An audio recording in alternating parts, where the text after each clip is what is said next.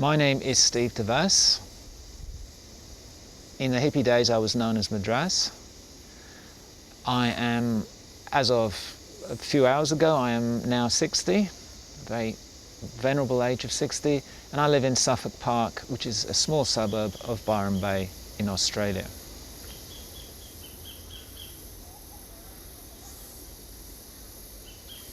I came to India because of unknown reasons.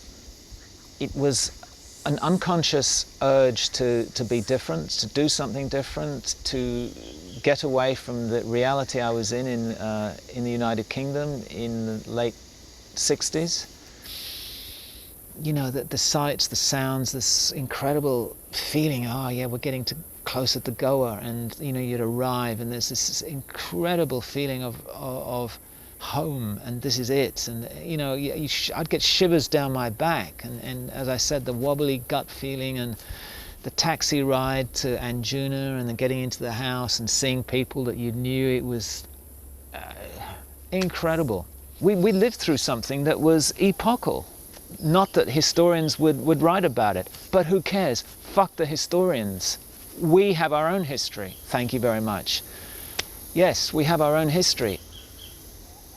So I thought, right, okay, rock and roll, we need rock and roll on the beach. Rock and roll is our thing, you know, we need to dance, we need to more than just, you know, acoustic guitars.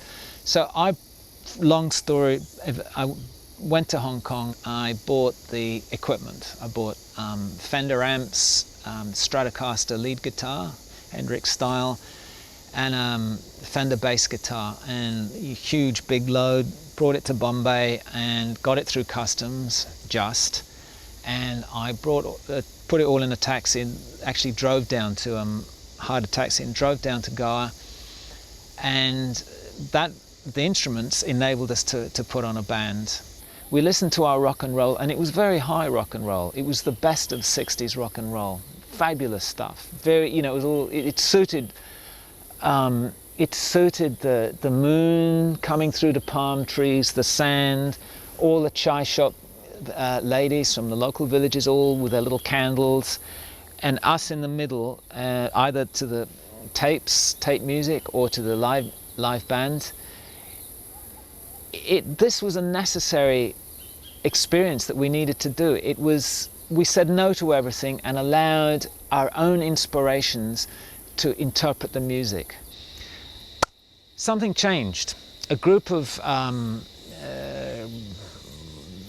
hippies started in the summer, going back to Europe and frequenting the underground noir scene of the Berlin discos and London ones too, where a new style of music was coming, and this was techno. It seemed as if it all came out at once, a whole group of people, and they brought out new amplifiers, very powerful amplifiers. So they set up a party, and they had the best equipment, and they had all this music, and the music just seemed to flip from one moment to the other, from the high hippie music to techno.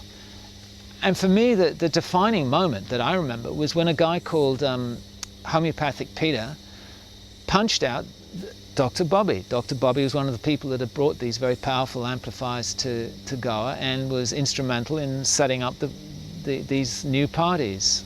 That event with Peter and Bobby, to me, signified the end of it. And it was a loss. The music lost some essence of what hippieism was about, undoubtedly. I can't prove that, but I maintain that that's an objective truth, in spite of what people say.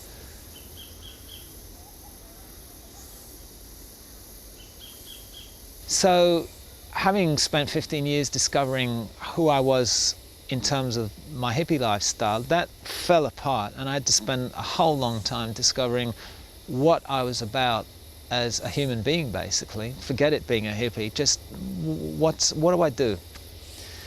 And that was a very long, hard, difficult process, and it was very unsettling.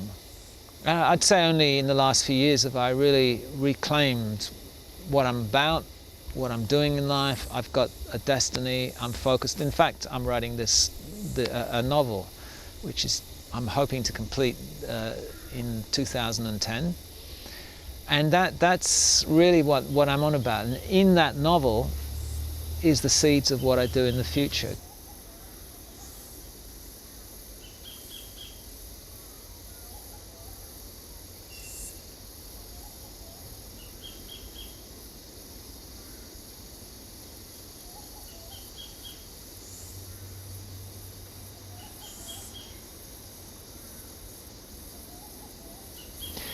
Well, sorry, I don't mean... No, I'm repeating your question. I'm gonna, dude, don't interrupt me. My son's interrupting me.